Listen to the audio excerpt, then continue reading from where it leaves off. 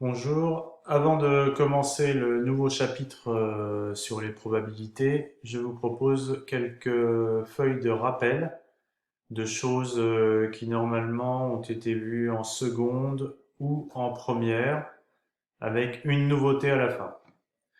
Donc, les probabilités. Donc, on va commencer à rappeler ce qu'est une expérience aléatoire. Donc, une expérience aléatoire, c'est une expérience qui est renouvelable, c'est-à-dire qu'on dispose d'un protocole pour la faire.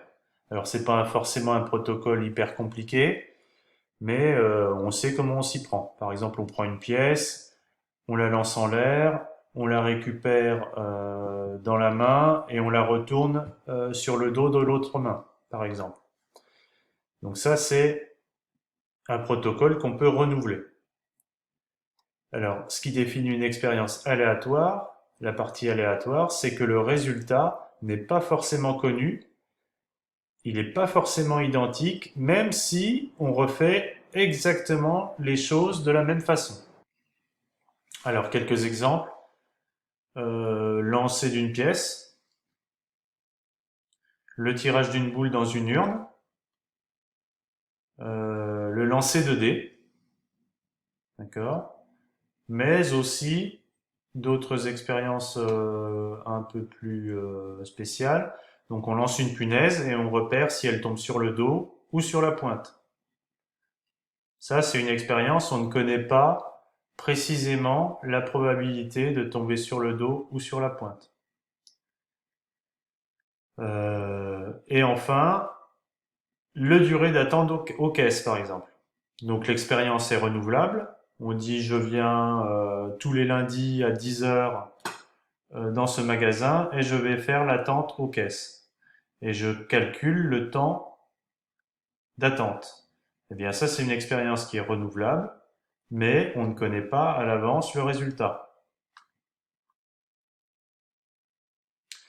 Alors, maintenant, on va définir ce que c'est qu'une variable aléatoire. Une variable aléatoire, c'est une variable qui prend plusieurs valeurs différentes qui dépendent du résultat de l'expérience. Par exemple, je peux définir la variable aléatoire x, et je dis que x vaut 0 si je tombe sur pile, et x vaut 1 si je tombe sur face.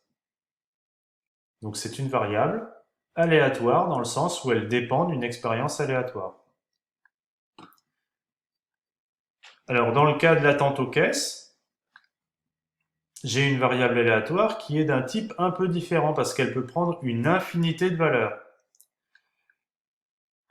Quand j'attends aux caisses, disons que je vais attendre entre 0 minutes et, alors ça dépend des magasins, ça dépend des occasions, bon disons 40 minutes, 1 heure, et je peux tomber sur n'importe laquelle des valeurs entre tout. Donc si je dis y, je définis y, une variable qui vaut le temps d'attente en heures, si j'attends 1 heure, y vaut 1, si j'attends une demi-heure, y vaut 0,5. Si j'attends un quart d'heure, y vaut 1 sur 1 quart, donc c'est 0,25, etc. Mais je peux attendre un quart d'heure et 1 seconde, un quart d'heure et 2 secondes. Donc mon temps d'attente peut prendre une valeur infinie de valeurs dans un certain intervalle. Si je dis que mon intervalle maximum, je ne peux pas attendre plus d'1 heure dans le magasin, alors je peux prendre toutes les valeurs entre 0 et 1. D'accord? Dans ce cas-là, la variable aléatoire qui est définie ici, donc on a dit que c'était y dans ce cas-là, on dit que c'est une variable aléatoire continue.